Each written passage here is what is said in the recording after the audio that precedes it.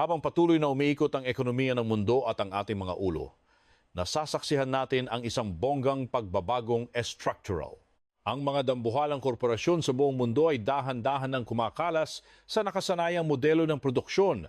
Bilang isang bansang umuunlad pa rin, ang Pilipinas ay pilit na isinisiksik ang sarili sa gitna ng usaping ito. Ang tanong na laging pambida sa mga komperensya ng pananalapi at macroeconomics ay ito: talaga bang may napapala ang Pilipinas sa makasaysayang paglipat ng pandaigdigang supply chain na ito? Isang tanong na nangangailangan ng utak at masusing pagsusuri, hindi lang puro sana all at simpleng pag-asa.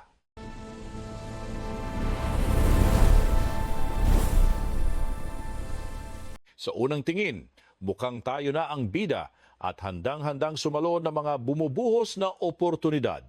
Marami ang mabilis na nagpapaka-expert at nagsasabing tayo ang tunay na liyamado sa sitwasyong ito. Ngunit bilang mga mapanuring netizen ng ekonomiya, alam nating ang pag-assume ng ganito ay masyadong excited at kulang na kulang sa lalim. Ang katotohanan ay mas masalimuot pa kaysa sa mga clickbait na headlines sa balita. Ang bansa natin ay nakatayo sa isang sangandaan kung saan ang potential ay mananatiling drawing lang kung walang matino at seryosong reforma sa ating mga bulok na sistema. Kung titingnan natin ang mga resibo, makikita nating kakarampot na bahagi lang ng kabuuang potensyal ang nasasamsam ng Pilipinas mula sa paglipat ng supply chain na ito. Habang ang bilyon-bilyong dolyar ng puhunan ay naghahanap ng bagong matitirhan, barya-barya lang ang napupunta sa ating mga pampang. Bakit kaya ganito ang eksena? Ang sagot ay nakabaon sa mga malalim at structural na hadlang na matagal nang pumipigil sa ating pangarap na pag-unlad industrial. Ang mga sagabal na ito ay hindi mo agad makikita sa post, pero ramdam na ramdam ng bawat investor na nagtatangkang pumasok sa ating market. Para maunawaan ang konteksto, kailangan nating pag-usapan ang China Plus One strategy na laging bukang bibig ng marami. Sa nakalipas na dekada, ang China ang naging dakilang pabrika ng mundo. Ngunit dahil sa nagmamahal na singil sa paggawa roon, kasabay ng mga lumalalang away geopolitika at ang gulo sa kalakalan noong pandemya, natauhan ang mga multinational na kumpanya sa panganib ng labis na pag-asa sa iisang bansa. Ang strategy na ito ang nag-uudyok sa kanila na maghanap ng mga rebound na bansa sa Asia para pagtayuan ng kanilang mga dagdag na pasilidad, at dito na pumasok ang mga bansa sa ASEAN na parang mga contestants sa isang pageant. Sa paghahanap ng mga alternatibong ito, biglang nag-trending ang Pilipinas sa radar bilang isang attractive na destinasyon. Marami raw tayong mga likas at demograpikong bentahe na hinahanap-hanap ng mga kumpanya. Una sa lahat, mayroon tayong isang napakabata, masigla at lumalaking puwersa ng paggawa na handang sumabak sa trabaho. Sa mundong unti-unting tumatanda ang populasyon, ang pagkakaroon ng maraming bagets na pwedeng pagtrabahuhin ay isang napakalaking yaman. Bukod dito, ang pagiging English-speaking natin ang ginagamit nating pambato para madaling makarelate sa mga pandaigdigang boss, isang bentahe na wala ang marami nating kapitbahay. Bukod sa ating human capital, ang presyo ng ating paggawa ay nananatiling medyo palaban pa rin kumpara sa mga mas mauunlad na bansa, kahit na hindi naman tayo ang pinakamura sa palengke. Isa pang mahalagang factor na nagpapataas sa ating market value bilang investment destination ay ang ating matibay at madramang ugnayang estratehiko sa Estados Unidos at iba pang mga bansa sa kanluran.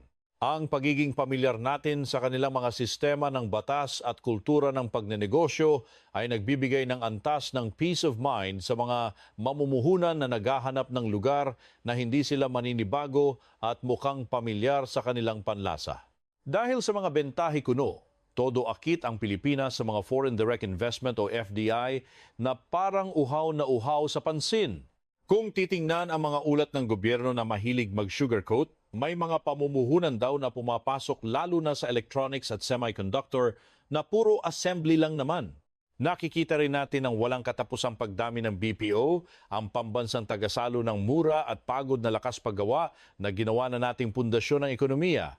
Ang mga sektor na ito ay nagbibigay ng trabaho sa mga taong walang choice at nagpapasok ng bilyon-bilyong dolyar na pampaganda lang ng ating foreign exchange reserves. Pero siyempre, bilang mga feeling matatalinong mag-aaral ng macroeconomics, kailangan nating silipin ang likod ng mga mapanlinlang na numerong ito. Kung hihimayin natin ang kalidad ng mga investment na ito gamit ang lente ng developmental economics, makikita natin ang nakakaawang katotohanan. Ang mga benepisyong nakukuha natin sa pagbabago ng global supply chain ay mumulang at nasa gilid-gilid lang tayo. Ibig sabihin, tayo ang tagasimot ng tira-tira, habang ang ibang bansa ang tunay na nagpapakasasa sa malaking kita at paglikha ng yaman. Isang konsepto na dapat nating intindihin ay ang value chain o ang kadena kung sino ang tunay na kumikita. Sa paggawa ng produkto, mula sa pag-iisip ng disenyo hanggang sa pagbebenta, may mga yugto na talagang nagpapayaman. Sa kasamaang palad, ang papel ng Pilipinas sa pandaigdigang supply chain ay nakakulong sa mga trabahong pambaba ng antas at walang masyadong dagdag halaga. Tayo ay madalas na nagiging dakilang tagatanggap lamang ng mga materyales para lang pagdugtong-dugtungin at iship pabalik sa mga tunay na may-ari. Tingnan niyo ang electronics sector na ipinagmamalaki natin bilang pambato. Kahit ito ang bida sa ating exports, ang ginagawa lang natin ay ang huling yugto ng pag-assemble o pag-test kung gumagana ba ang mga pyesa. Ang mga mamahaling microchip ay idinisenyo ng mga totoong eksperto sa ibang bansa, dinadala rito para ipagawa sa ating mga manggagawang mura ang sahod at iluluwas uli. Ang ganitong racket, kahit may trabaho, ay hindi naman nag-iiwan ng malaking kita sa loob ng ating ekonomiya. Nagmumukha lang tayong isang dambuhalang talyer o simpleng assembly station. Ang ganitong setup ay nagbabaon sa ating ekonomiya sa tinatawag na low-value trap o ang patibong para sa mga bansang ayaw umasenso. Sa bitag na ito, kahit gaano pa karaming barko ng export ang ilabas natin, hindi naman sumasabay ang upgrade ng ating teknolohiya o ang talino ng ating produksyon. Nagiging bansang pabrika tayo na ang tanging puhunan ay ang pagiging mura ng ating mga tao. Napakadelikado ng posisyong ito dahil kapag nagmahal ang bilihin at humingi ng taas sahod ang mga Pinoy, madali lang tayong iiwanan ng mga kumpanya para lumipat sa mas murang bansa para mas lalong sumakit ang loob natin. Ikumpara natin ang sarili sa Vietnam o sa Mexico na katabi ng tate. Ang mga bansang ito ay nagpapakita ng totoong plano at hindi lang puro sana. Matagumpay nilang nakuha ang mga pwestong may mataas na kita sa global supply chain. Hindi lang sila taga-balot o taga-assemble. Seryoso silang nagpapasok ng mga investment para sa malakihang pagmamanupaktura at talagang ibinaon ang kanilang mga industriya sa pandaigdigang network ng logistic, hindi tulad nating hanggang drawing lang. Sa paglalim ng ating pagsusuri, heto tayo sa paboritong punching bag ng bayan, ang ating infrastruktura. Siyempre, napaka-importante ng pisikal na kapaligiran para sa negosyo, pero mukhang hindi yata nabalitaan ng gobyerno yan. Dahil ang Pilipinas sa isang kapuluan na binubuo ng mahigit 7,000 isla, sadyang pahirapan ang logistic at transportasyon, pero ang tunay na nagpapalubha rito ay ang ilang dekadang pagdedma at kakarampot na pondo para sa mga kalsada, tulay, riles, at lalo na sa ating mga daungang tila naiwan na ng panahon. Dahil sa mga world-class nating kakulangan sa infrastruktura, ang gasto sa logistic dito sa Pilipinas ay nananatiling pang VIP, ang presyo pinakamahal sa buong rehiyon ng Timog Silangang Asya.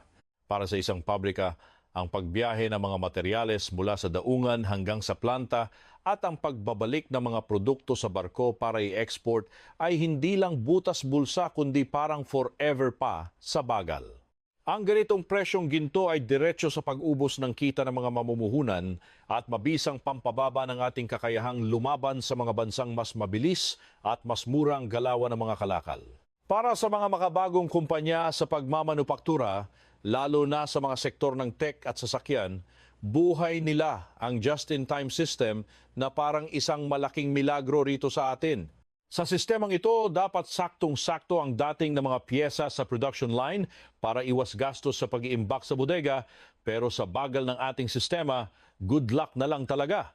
Ang mahal at hindi maaasahang logistics sa ating bansa ay mabisang pantaboy sa mga mamumuhunang ito dahil ang isang araw na pagnganga sa daungan ay sapat na para maparalisa ang buong operasyon ng kanilang pabrika. Tingnan nyo ang Vietnam at maiiyak na lang kayo sa inggit dahil sa sobrang linaw ng kaibahan.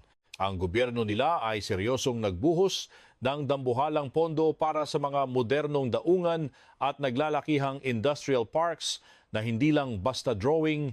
Ang mga zone na ito ay talagang pinag-isipan para sa malakihang produksyon at direktang nakakonekta sa mga pangunahing ruta ng pandaigdigang kalakalan. Sa paligsahan ng pag-akyat sa mga dambuhalang pabrika, malinaw na kulelat ang Pilipinas habang tayo ay nakakulong pa rin sa ating mga pisikal na limitasyon. Bukod sa mga sirang kalsada at mabagal na barko, ang ating business environment ay nananatiling parang obstacle course na puno ng mga harang. Ang mga patakaran ng ating bansa tungkol sa pagmamay-ari ng mga dayuhan sa mga pangunahing industriya ay napakahigpit at tila nakapako na sa ating lumang konstitusyon. Nililimitahan nito ang dami at uri ng kapital na pwede nilang ipasok ng malaya na parang ayaw nating may pumasok na pera. Para sa maraming dambuhalang korporasyon, ang bawal na pagmamay-ari at pagkontrol sa sarili nilang pasilidad ay sapat na dahilan para maghanap na lang ng ibang bansang matitirhan. Idagdag mo pa sa mga limitasyong ito ang nakakahilong burokrasya at pagong na pagproseso ng mga permit mula sa iba't ibang ahensya ng gobyerno na nagpapamahal sa bawat transaksyon. Ang haba ng pila para sa permit, ang malabong interpretasyon ng mga batas sa buwis, at ang mahal na pagsunod sa mga kung ano-anong legal na requirements ay parang parusa sa mga negosyante.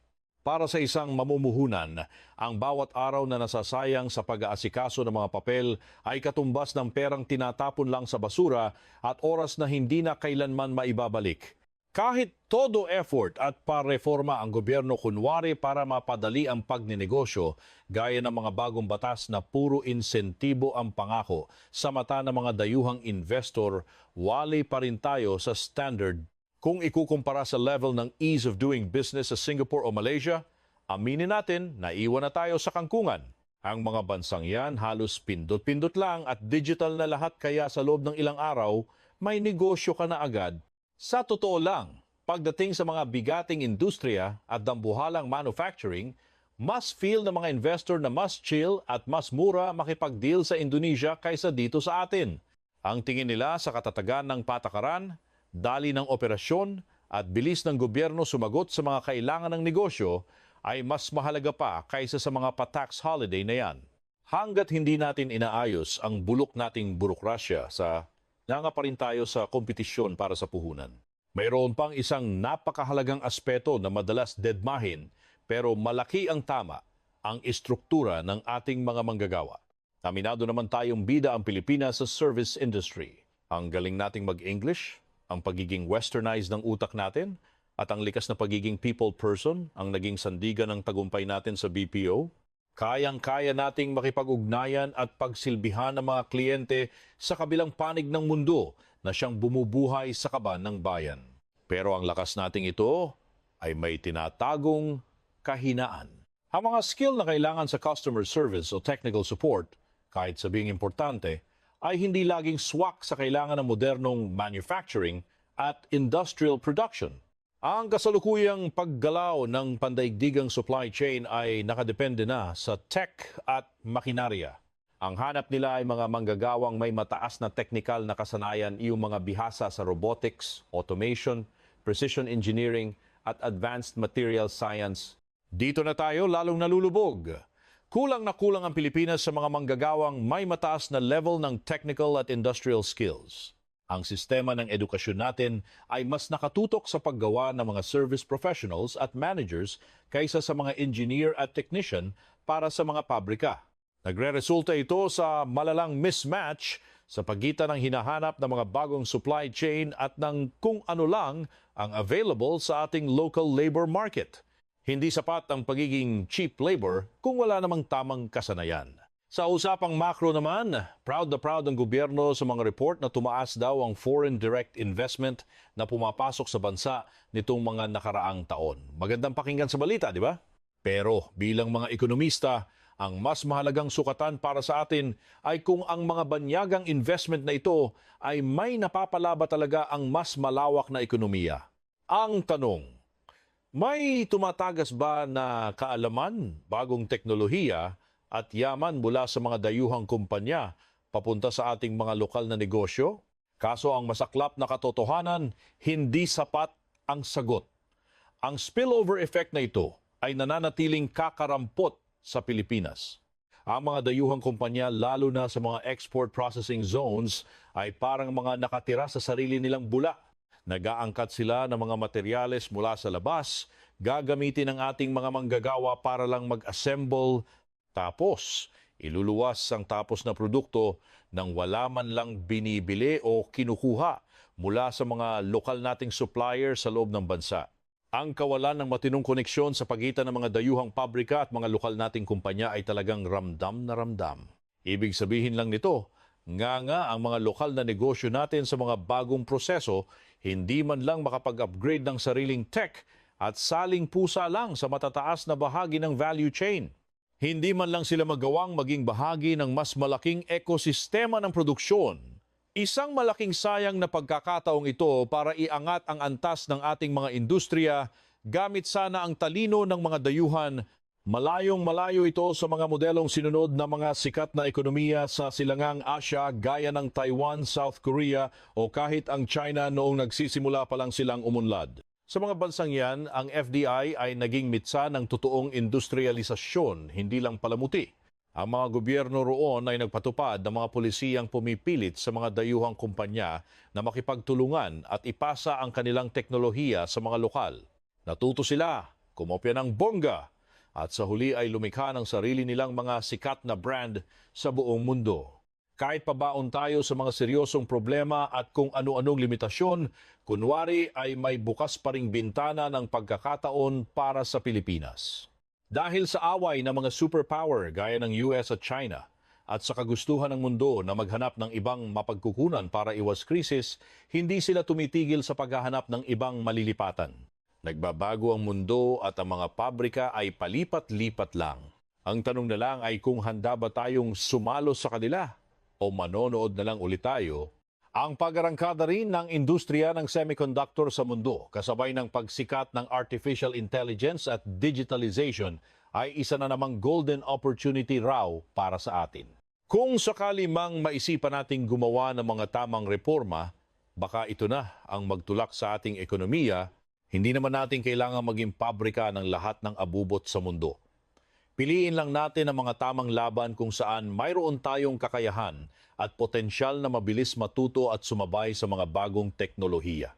Kaysa ipilit nating makipagsabayan sa mga bansang sobrang mura ang pagmamanupaktura, baka mas matalino kung doon tayo sa mga niche o special sectors tumutok.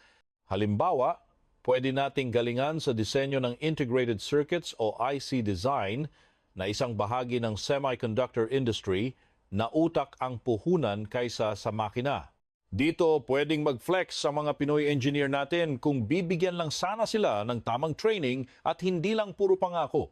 Maliban sa IC design, pwede rin tayong magpaka-advanced sa mga digital na serbisyo. Imbes na puro call center lang, subukan naman nating lumipat sa data analytics, software development at artificial intelligence support. Ito yung mga bahagi ng produksyon na kailangan talaga ng utak o knowledge intensive. Sa ganitong paraan, baka sakaling mag-leapfrog tayo pataas sa pandaigdigang value chain. Makakaiwas pa tayo sa bakbakan ng mga murang produkto at diretso na tayo sa mga industriyang mas malaki ang kita. Ang main issue rito ay hindi kung may pagkakataon ba tayo o wala. Kitang-kita naman sa data at sa galaw ng mundo na nandyan ang oportunidad. Naghihintay lang. Ang totoong challenge at malaking katanungan para sa atin ay kung kaya ba nating gawing realidad ang mga drawing na ito para maramdaman naman ang tunay at pangmatagalang benepisyo ng ekonomiya at ng mga tao. Pero siyempre, kailangan niya ng political will at malinaw na vision mula sa mga leader at negosyante natin kung meron nga ba sila niyan. Kung bet nyo talagang dedmahin ang kagyat na pangangailangang ayusin ang ating bulok na infrastruktura, i-upgrade ang skills ng mga manggagawa para hindi mapag-iwanan ng modernong industriya at bawasan ang sakit sa ulong red tape sa pagnenegosyo, aba, napakalinaw ng ating kinabukasan. Mananatili lang tayong hamak na sidekick o taga-suporta sa dambuhalang network ng global supply chain.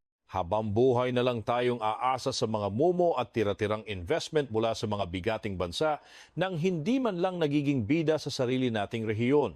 Sa kabilang banda, kung gagamitin natin ang yugtong ito ng pandaigdigang paglipat bilang gising sa katotohanan para seryosong i-overhaul ang ating ekonomiya, baka sakaling makagawa tayo ng isang makasaysayang milagro. Maaari tayong unti-unting kumawala sa pagiging ekonomiyang tagasalo lang ng mga mumurahing serbisyo patungo sa pagiging isang seryosong sentro ng pagmamanupaktura at high-value services. Ang ganitong klaseng transformation daw ang susi sa tunay na pag-unlad na ramdam hanggang sa bulsa ng ordinaryong tao, hindi lang sa PowerPoint presentation. Ang pag-level up patungo sa isang mas high-value na ekonomiya ay magdadala sana ng bonggang epekto. Tataas ang ating pambansang kita, magkakaroon ng mga trabahong hindi lang pang-display kundi may matitinong sahod para sa ating mga kababayan at magiging matatag ang ating ekonomiya laban sa mga krisis sa labas. Hindi na tayo magmumukhang alipin ng pabago-bagong presyuhan ng murang lakas paggawa sa mundo dahil ang ating halaga ay nakabase na sa talino, teknolohiya at husay sa paggawa. Para mangyari ang pangarap na ito, kailangan ng matinding collaboration kuno ng gobyerno at ng pribadong sektor. Kailangan ng gobyerno na bilisan ang mga pagong na proyekto sa infrastruktura at linisin ang burokrasyang puno ng kalawang. Samantala, ang mga universidad at vocational schools ay dapat makipag-usap sa mga industriya para matiyak na ang mga itinuturo nilang kasanayan ay yung kailangan talaga sa mga modernong factory, hindi yung pangdekada 90 pa. Isa itong pambansang effort na nangangailangan ng totoong pagkakaisa, hindi lang sa salita para iangat ang antas ng ating ekonomiya. Sa madaling salita, para sagutin ang ating paboritong tanong. Oo, nakikinabang ang Pilipinas sa kasalukuyang paglipat ng global supply chain. Nakakakita tayo ng mga bagong building at investment dito at doon. Pero bilang mga mapanuring ekonomista, kailangan nating aminin na ang benepisyong ito ay mababaw pa at hindi sapat para gumawa ng tunay na pagbabago sa ating kalagayan. Nakikisakay lang tayo sa alon, pero hindi tayo ang humahawak sa manibela ng barko. Kailangan nating baguhin ang ganitong drama kung gusto nating umasenso ng totoo. Ang totoong chika at ang pinakamahalagang lesson dito ay hindi nakadepende sa kung anong meron ngayon, kundi sa kung anong balak nating gawin bukas. Ang tanong ay kung mayroon ba tayong sapat na bilis at determinasyon na i-upgrade ang ating sarili bago tuluyang magsara ang pinto o lumipat sa ibang bansa ang alon ng mga investment. Ang mga bintana ng pagkakataon sa pandaigdigang ekonomiya ay hindi forever na nakabukas. Ang mga bansang mabilis kumilos ang siyang nakakakuha ng malaking premyo, habang ang mga pabebe at mabagal ay naiiwan sa kangkungan. Ang oras ay patuloy na tumatakbo at ang kasaysayan ng mundo ay walang awa sa mga bansang mahilig mag-antala at magpabaya sa kanilang mga structural na problema. Marami na tayo nakitang bansa na nag-ghost na ng panahon dahil sa kabagalan. Ang Pilipinas ay nasa isang kritikal na punto. Ang pagpili na huwag gumawa ng mga mahihirap na reforma ay isang desisyon na manatili na lang sa laylayan ng pandaigdigang pag-unlad. Kailangan nating harapin ang masakit na katotohanan na ang ating kasalukuyang diskarte ay hindi sapat para dalhin tayo sa susunod na level. Sa huli, nasa atin naman daw ang desisyon kung gusto nating umunlad at humablot ng malaking bahagi ng yaman ng mundo na parang ganun lang kadali ang lahat. Bilang isang bansa, kailangan daw nating ibaling ang ating paningin mula sa barya-baryang kita patungo sa pangmatagalang industrialisasyon imbes na puro diskarte lang na walang patutunguhan. Kung sakaling maghimala at magawa natin ito, ang Pilipinas ay hindi na lang magiging hamak na taganood o salingpusa sa supply chain ng mundo, kundi magiging main character at sentro ng inobasyon sa Asia. Napakahirap daw ng tatahaking landas, pero ang premyo naman ay isang bansang maunlad at matatag kung hindi tayo mauunahan ng sarili nating mga excuses.